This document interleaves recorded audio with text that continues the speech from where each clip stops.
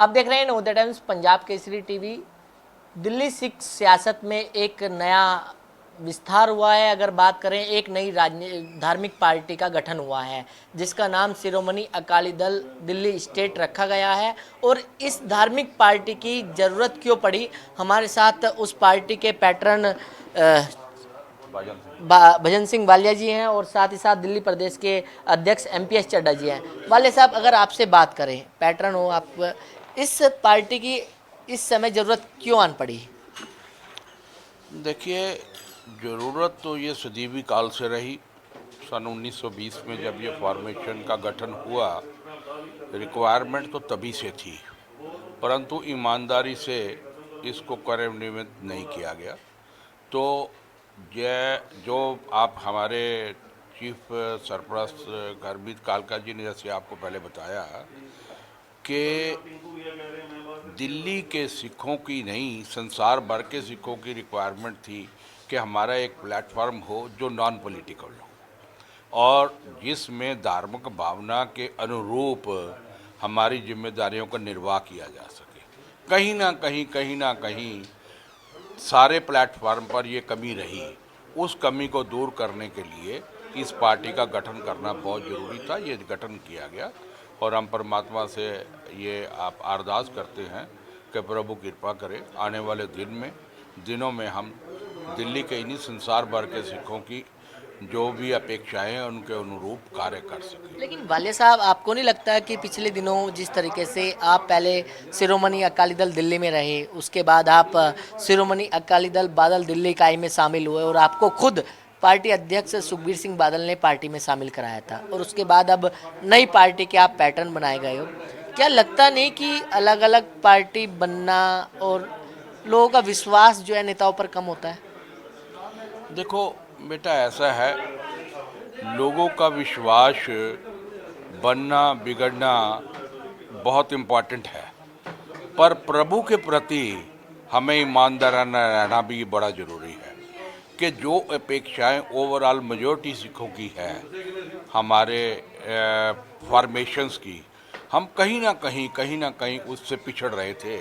और मैं आपको विश्वास दिलाता हूं कि जो कुछ भी कमियां रह गई हैं उससे सबक लेकर के इस जो प्लेटफॉर्म पर है इसमें पूरी उनकी भावनाओं की कदर करते हुए हम जो अपनी कार्य कर सकेंगे। वालिद साहब, क्या इस जो नई पार्टी का गठन किया गया है ये पूरी तरीके से धार्मिक रहेगी, या जो इसमें जुड़े हुए लोग हैं वो राजनीतिक हो सकते हैं या कैसे भी हो सकते हैं? देखिए, बहुत बहुत सुंदर सवाल है आपका। जहाँ तक इनका जो डायरेक्ट ऑफिस बेरर का संबंध है, जो इसके काम के बारे में जिनकी पूर्ण जिम्मेदारी है, वो टोटली नॉन पॉलिटिकल होंगे। वो किसी भी धार्मिक प्लेटफॉर्म के अलावा किसी पॉलिटिकल पार्टी के अंग नहीं बनेंगे। और जहाँ तक हमारे साथ जो पब्लिक जुड़ी हुई है उनके ऊपर ये चीज़ लागू नहीं होगी। जो हमारे साथी सहयोगी रहेंगे वो अगर कहीं पर भी अपना कोई पॉलिटिकली कहीं पर जाना चाहता है तो जाएगा वो। क्योंकि मेरा सवाल इसलिए है कि बहुत सारे लोगों की अपेक्षाएं, जो जानकारी मिल रही थी कि दिल्ली में नगर निगम के चुनाव होने थे, वो नगर निगम के चुनाव लड़ना चाहते थे, लेकिन वो आपके साथ भी आ गए हैं अब नई पार्टी में। क्या जो लोग आपकी पार्टी में, चाहे कोर कमेटी के मेंबर हो चाहे दूसरे लोग हों, क्या वो अगर दूसरी पार्टी से चुनाव लड़ते हैं तो आपकी पार्टी क्या उन लोगों को भी एक्सेप्ट करेगी या नहीं? देखिए, जहाँ तक हमारा जो उद्देश्य है कि हमारा जो बेसिक फॉर्मेशन है वो किसी भी पॉलिटिकल एक्टिविटीज़ में इन्वॉल्व नहीं होगा, डायरेक्टली भी इनडायरेक्टली भी। परंतु जो हमारे सहयोगी हैं, अगर उनकी इच्छा है किसी पॉलिटिकल प्लेटफॉर्म पर जाने की तो जाएंगे वो। तो फिर ये कैसे धार्मिक होगा सर? जब कोई दूसरा पॉलिटिकल पार्टी का आदमी आपसे जुड़ेगा तो कैसे फिर ये धार्मिक नहीं रहेगा? नहीं नहीं, देखिए, ऐसा है कि अगर कोई हमारा साथी सहयोगी अगर किसी पॉलिटिकल पार्टी के साथ जुड़ता है तो इससे जो बेसिक फॉर्मेशन है वो अपने आप को अलूफ रखेगी। परंतु मैं आपसे एक बात और भी बता दूं कि अगर हम ये सोचें कि भी हम प्योरली धार्मिक रहेंगे और लोगों की जो भी रिक्वायरमेंट्स हैं उनको पूरा करवाने की हम इच्छा तो रखते हैं, पर वो उसके लिए प्लेटफॉर्म तो किसी न किसी प्लेटफॉर्म पर, वो पॉलिटिकल प्लेटफॉर्म पर क्यों होंगे। अब ऐसा है कि हम उसमें इन्वॉल्व नहीं होंगे, पर उनसे सहयोग लेने में तो हमारे को कोई किसी किस्म से कोई परेशानी नहीं है। अगर हम सहयोग नहीं लेंगे तो हम कौम के काम करवाएंगे कैसे। तो बिल्कुल दिल्ली प्रदेश के अध्यक्ष एमपीएस चड्डा जी भी हमारे साथ मौजूद हैं।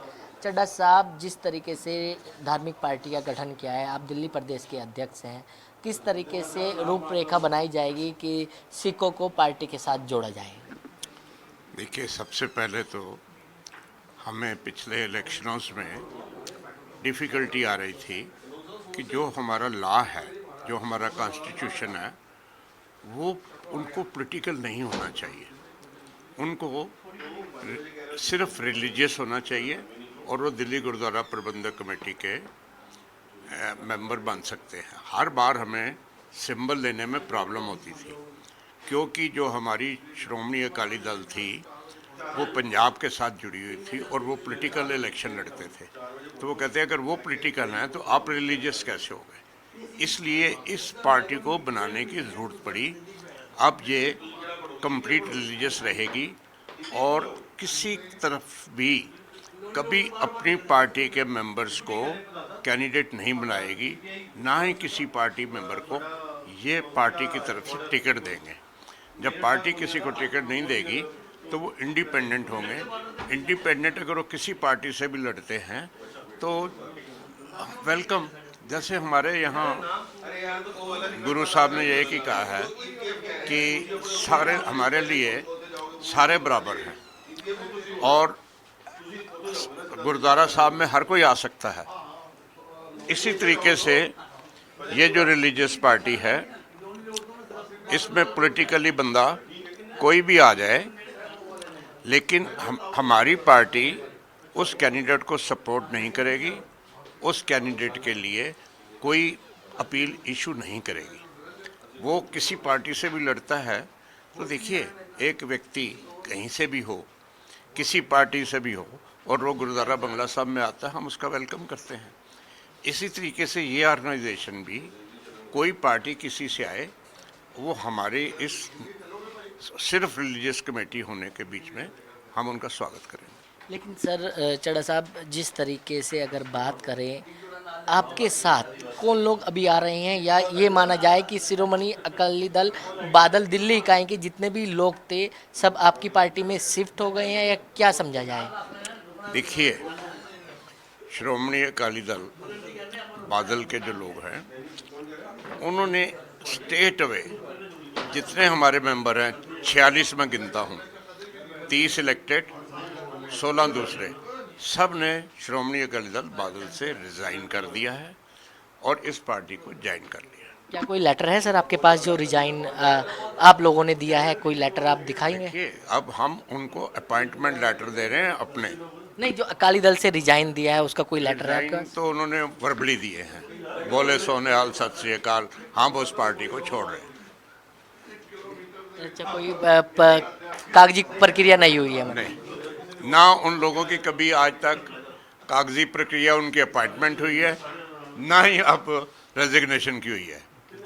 लेकिन जैसे अब, मैं एग्जांपल देता हूँ, मेरी कोई अपॉइंटमेंट नहीं हुई है, इसलिए मेरा कोई रेजिग्नेशन नहीं है।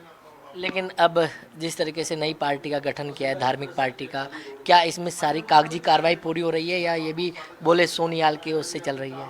ये बॉडी रजिस्टर्ड हो चुकी है और दिल्ली गवर्नमेंट की तरफ से इसको सिंबल 2-4 दिन के अंदर अलॉट होने वाला है और सारी प्रक्रिया इसकी कंप्लीट हो चुकी है।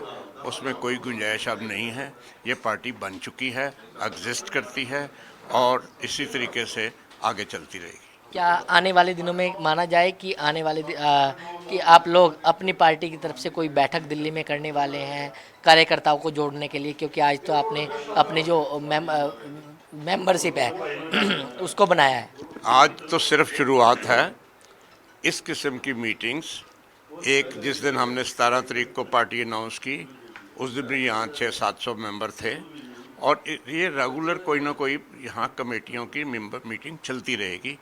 इसमें स्टॉप होने वाला नहीं है।